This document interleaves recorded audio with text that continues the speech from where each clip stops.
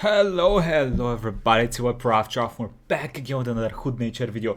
Cassowaries are truly the spawn of Satan. True, because they got big ass claws, the raptors, they'll fuck you up. I don't have an irrational fear of birds like the person I'm passing the phone to. First of all, I'm not afraid of birds, I'm just aware of them. And even if I was, I'm not talking about the backyard Tweety wake you up at 5 a.m. birds. I'm talking about this Jurassic bull with feathers. Yep. Regular show was not kidding. This velociraptor that time forgot can easily one-shot you with one swipe of his claws. Yes, I said claws. If you're not already, here's every reason you should be afraid of them. They can run at 31 miles per hour, meaning they could chain snatch Usain Bolt. They can jump 7 feet straight in the air, meaning this bush turkey could clear a shack. And they swim. They can jump 7 feet in the air.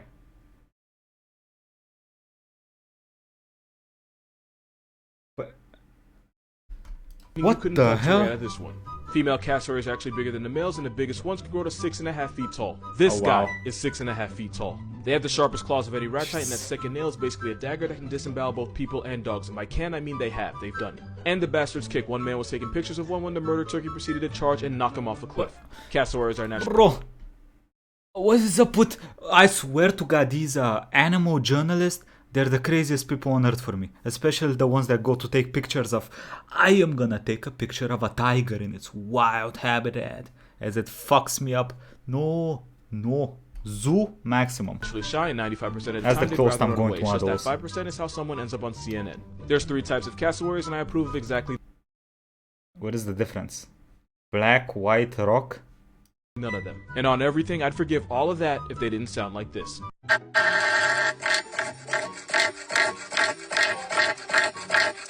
I don't even have a fear of birds. I just have a fear of getting my throat split open by an overgrown homicidal jungle goose that sounds like a Toyota on life support and indigestion. At the end of the day, when it comes to animals, I only have one rule. If Steve don't with them, what makes you think I will? What was going on? Oh no. Well, yeah, that's a basking shark. They're highly dangerous menaces to society if you're zooplankton, because that's all yeah, these are the things that eat the small shit. they eat. Not only are they harmless to us, a lot of them will curiously approach divers in boats. The only messed up thing is if they don't look like they're in a perpetual state of agony with their mouth, they look almost identical to tiger sharks on steroids. But unlike tiger sharks, baskies have tiny teeth that never get bigger than half an inch, meaning this almost 30-foot whale guppy is a pacifist. They also might be the ocean's biggest troll. Because when this corpse was found off the coast of New Zealand in 1977, people thought it was either a dead plesiosaur or a sea serpent. An idea that either of those could be in the ocean made people collectively shit enough bricks to build a city. But really, it was just a basking shark that hit its expiration date. The only dangerous thing about them is that they allegedly taste disgusting. Gordon Ramsay vomited after trying fermented basking shark, and Anthony Bourdain called it the worst thing that ever. Yo, can we talk about something for all of you that have seen Hell's Kitchen and all those other Gordon Ramsay shows, the ones where he goes to shitty kitchens and all that? He vomits everything. Like, my boy's gonna eat some steak that costs $3,000, and if it's not 99.9% perfectly cooked, he's gonna vomit that shit. Assault his tongue. But the shark never asked to be eaten, so I'm not holding it against them. Also, this is what a baby baskie looks like. Moral of this video, they're perfectly harmless, and we stand shark paw in these parts. You probably already know that Australia lost a war to this bird, but here's how this discount ostrich was able to dub an entire country. Number 1, they're basically bulletproof. Their organs actually make up a small part of their body, which is why this rehab big bird was able to eat bullets like 50. To the point where it took literally 10 rounds just to take out one of these feathery tanks. I didn't know Number that. 2, emus are ridiculously, disrespectfully, unnaturally athletic. Not only can this Australian bush turkey sprint at 35 miles per hour, they can change directions like Messi, meaning they were out. It can run 60 kilometers an hour. Bro, when I was little, my dad's car could not go 60 kilometers an hour. What? Here ankle-breaking men on trucks that couldn't keep up. They can jump 7 feet in the air, and for an overgrown sand chicken, they've been known to climb fences. God was 100% laughing at us when he gave emus the green light. Number 3, they're way smarter than we thought. These emus had lookout groups, with every flock having a leader that would stand guard and warn the others if they saw soldiers approaching, meaning it was almost impossible to sneak up on them. They would also purposely split up and scatter just to make it more difficult. Eventually, they started to recognize the sound of the trucks that the soldiers were riding and would even dip before they saw them. And number 4, there was just too many of them. Killing all of them would have put the economy in a pack. At one point, there were 986 confirmed emu kills, but it took 9,860 rounds to do it. You can laugh, but we would have lost. Someone on Instagram asked me, what's the yeah, and then they were like, yo, farmers, you wanna kill them? Here's cash for every emu head. Emus were no more. most dangerous animal that people don't talk nearly enough about. And this was the first image that popped in my head. Pigs? Yeah, wild boar are a f***ing problem. The biggest ones can weigh up to 250 pounds with tusks that can put you in a newspaper. When they choose death penalty... By the way, what is it about the tusks? Like, it don't look that bad. Look at it. Like, that's the tusk, right? That's the little, It don't look like he would fuck you up. I mean, if a 250 pound furry torpedo bashes into you, it's probably not cool, but it don't look like he would actually kill you. With tusks that can put you in a newspaper. When they choose death penalty, they'll charge and impale their victims with those daggers they call teeth. Boy, And they'll take a step my boy, it's the 21st century. I got fucking Robin Hood over here. What is this? back, and if you're still moving, they'll rush you again. They'll keep doing this until you're either crippled or a was. And they usually aim for the thigh, so if they sever your femoral artery, it's curtains, my guy. Boars are the homicidal tendencies of hippos with the street smarts of raccoons. This steroid porky has learned to stay close to humans because our garbage is free food to them, which is why they'll easily take your soul over half a box of popcorn. And according to cave paintings, they've been on our ass since the Stone Age. But like everything else, this is our fault, because the more we move into their hood, the more they lose their natural fear of humans, and the more obituaries get co-signed by this shuffle demon. And once again, Florida goes to hell and brings the bar with it. They're an invasive species, and there's not 1,000, not 5,000, but 500,000 of these road pigs in the Sunshine State, to the point where they might start voting in the next election. But don't feel too bad, Texas has about 2 million of them. You can find them in about 30 states. God gave them life, and they make it everyone's problem. Upon a time, the office asked which bear is the best bear, but I noticed they never did the same with cats, so I'm here to tell you. Jaguar is the best cat. You'd swear that Avatar the way they... Of course. Strongest, bites small, but very athletic. It jumps on trees. It can climb trees with something in its mouth, like a big something.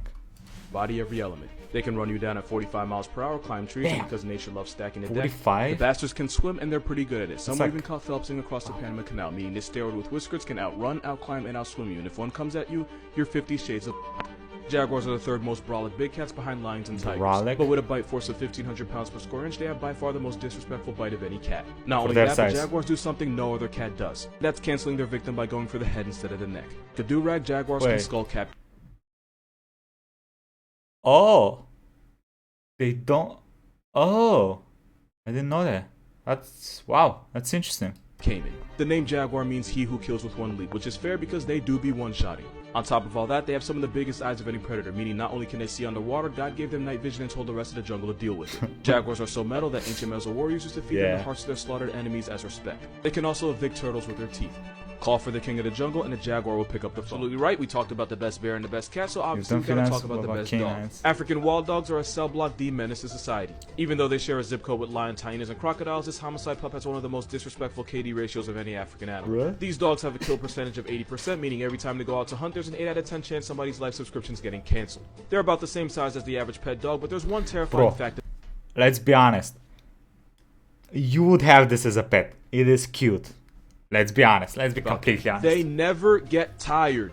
The African Cujo can run you down at 37 miles per hour for 3 miles straight. There can be up to 20 of them on your ass. Imagine being chased by 20 of something that has the endurance of a Duracell. But the real nightmare is actually, when they catch you. Unlike lions and leopards that'll put you out of your misery first, wild dogs eat you alive while you sit there and wait for an Uber to the afterlife. Your entire way of life can come down to a sneeze, since wild dogs vote on whether or not to go out to hunt by sneezing. On a wholesome note, they do let the puppies eat first, since their pack structure is based on helping out the weakest members. And I am not going back to that picture. God damn, bro. Like lions. Because of this, their pack structure is way more efficient and way deadlier than wolves. They're so good at what they do that hyenas will try to steal from them and lions will try to murk them on sight because they see them as such a threat. I don't even blame them, because imagine being chased by something that no matter how hard or long you run, every time you turn back, it's there waiting to run your pockets. Basically the IRS, but with teeth and a tail.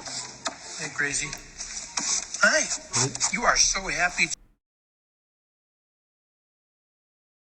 What are you doing? What are you doing, brother? What are you doing? Today, yes, you are. Oh, you're a good girl.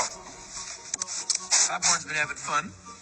That is a binturong, also known as a bear cat, even though it's not a bear or a cat. It's a vivarian, and the best way to describe them are as musty-smelling cats that aren't really cats. As a vivarian, they're related to civets and gens, which, to be fair, you probably never heard of before, but they're also part of the feliform suborder, which also makes them somewhat related to hyenas, fossa, and mongoose-like meerkats, which you definitely have heard of before. And if you smell a movie theater, you're probably smelling them because their pee smells exactly like popcorn. And just like their distant relative, the hyena, female bear cats have a pseudo-pee. Explain. They're... God damn it, nature. Why are you like this? Why are you like this? And I have no idea why. This rehab raccoon is found all over Asia, and as a nocturnal introvert, they spend most of the day hiding and sleeping in trees. They use those long prehensile tails to help climb trees and as mood rings to communicate to others how they feel, and shaking it means they're happy. They also make a lot of random sounds, and they've been known to chuckle as a sign of comfort. Even though they identify as members of the carnivore group, they also eat fruits and figs, and it turns out binturongs in captivity really love plantains. Go figure. There's no Pretty fact here, cute. just a baby binti. Female bintis have a superpower, which is they can delay their own pregnancy and give birth whenever they feel like it, thanks to embryonic diapause. You wish that was you, don't you? They're shy, awkward, plantain-loving introverts that spend most of their time eating and sleeping, aka your new spirit animal. I can't speak for all of you, but I stand this alcoholic otter. Thing is, panthers don't actually exist. I mean, not in the way you think they do. Because the word panther doesn't refer to one animal. The word panther actually refers to the Panthera genus, which is made up of lions, tigers, jaguars, leopards, and snow leopards. And you're probably thinking, what about black panthers? Well, that's literally what they are. They're black panthers. We use that to describe a member of the Panthera genus that has a mutation that turns them black, and this mutation happens to jaguars and leopards. But because the gene that causes this mutation is dominant in jaguars and recessive in leopards, most black panthers are actually melanated jaguars. But technically, if a lion or a tiger had to go to a funeral and was dressed in all black... Wait, there is black lions? I know there is white lions, and those look awesome. I didn't know there was black lions. What?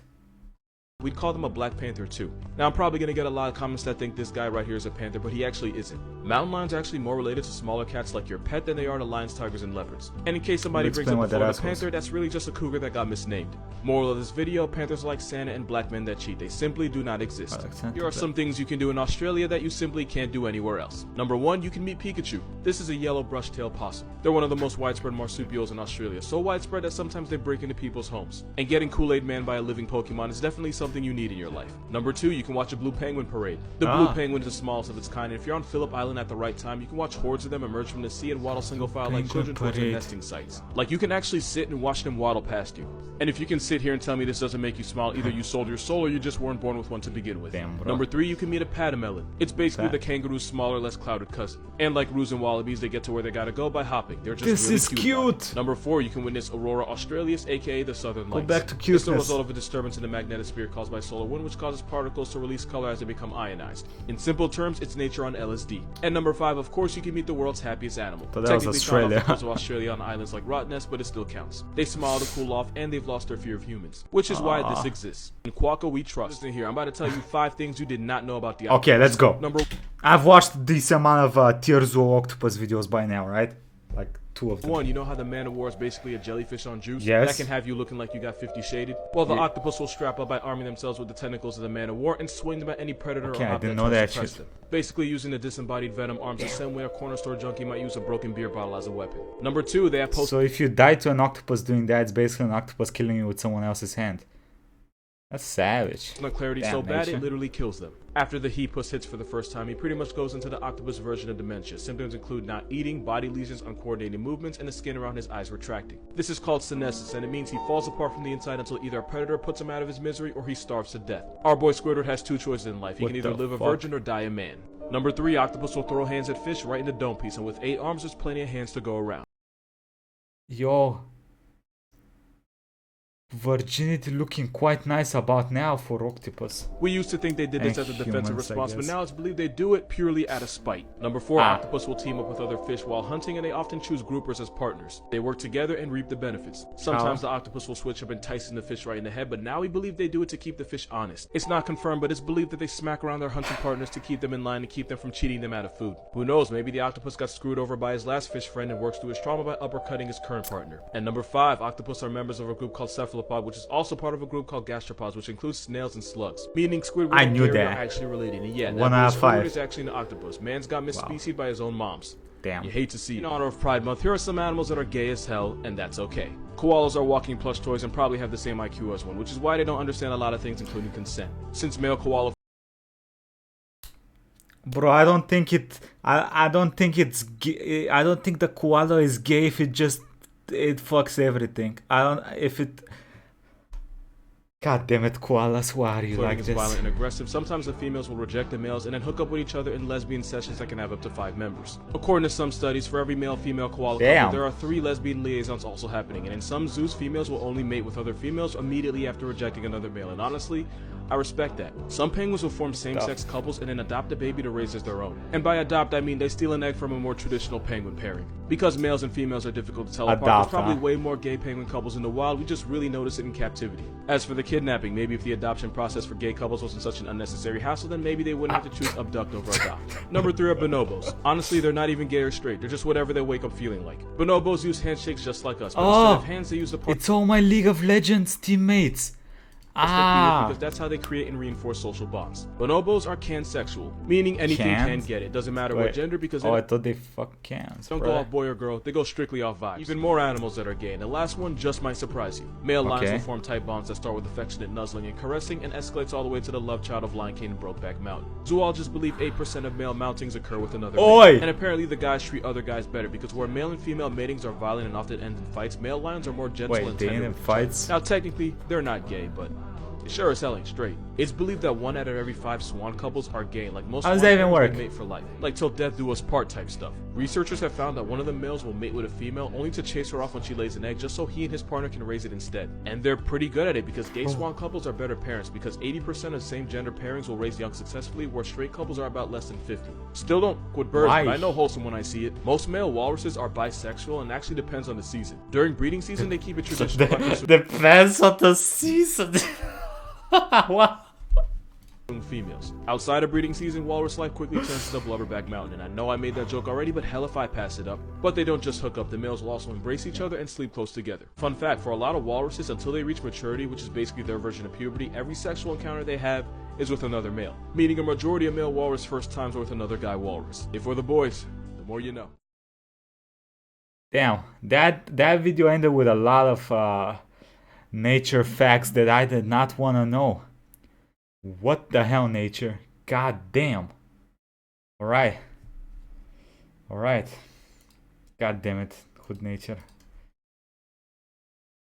Alright, okay, fuck. Anyway, if you want to see more good nature reactions by a boy, playlist is up here. Quick thank you to the YouTube members and Patreons. Thank you all for the support. God damn it, I cannot click.